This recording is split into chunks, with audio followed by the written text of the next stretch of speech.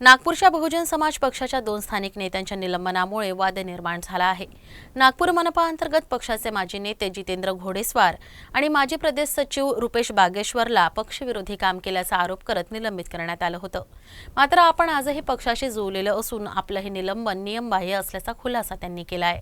2 वर्षापर्यंत म्हणजे आतापर्यंत महानगरपालिकेच्या राज्यामध्ये चुनाव झालेले नाहीत आणि वर्तमानमध्ये आता लोकसभेचे चुनाव लागलेले आहेत। माझ्याकडे कुठलाही संघटनात्मक पद 2 वर्षापासून नसताना पक्षातील काही पदाधिकारी जे गटबाजी निर्माण करण्याचा जे प्रयत्न करत आहेत, घोडेस्वार यांचा किंवा रुपेश बागेश्वर यांचा वाढता प्रभाव, त्यांनी जे कार्य केलं लोकसभा चुनावामध्ये यांचा वाढता प्रभाव लक्षात घेता या 3 पदाधिकाऱ्यांनी आमच्यावरती, आम्ही पदाधिकारी नसताना अनुशासनहीनतेचा आमच्यावर आरोप लावून आम्हाला बरखास्त करण्याचा किंवा निलंबित करण्याचा त्यांनी आरोप लावलेला आहे।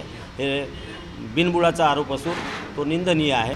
सन्माननीय रुपेशजी बागेश्वर साहेब यांना आणि ह्या जो लोकसभेचे चुनाव झाले त्या लोकसभेमध्ये त्यांना कोणती जिम्मेदारी नसताना त्यांना पक्षातून निलंबित करण्याचं जे काही पत्र आणि सोशल मीडिया या वृत्तपत्रातून जी काही जानकारी आमच्यापर्यंत पोचली, ही जी काही जानकारी आहे याकरता पक्षश्रेष्ठींनी या कोणालाही विश्वासात न घेता आणि त्यांना सोकास नोटीस न देता त्यांनी ही कारवाई केली आणि पक्षाचे जिल्ह्याचे पदाधिकारी सर्व मीटिंग घेऊन त्याची शहानिशा करून योग्य ते 4 तारखेच्या नंतर ज्यांनी पक्षविरोधी काम केलं त्यांच्यावरती निश्चितपणे 4 तारखेनंतर कारवाई होईल हे या ठिकाणी सांगू इच्छितो।